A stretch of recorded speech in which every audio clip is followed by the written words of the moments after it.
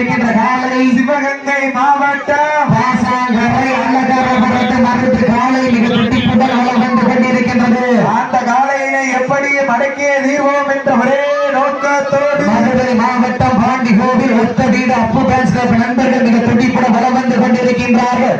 last for 5 minutes Kalai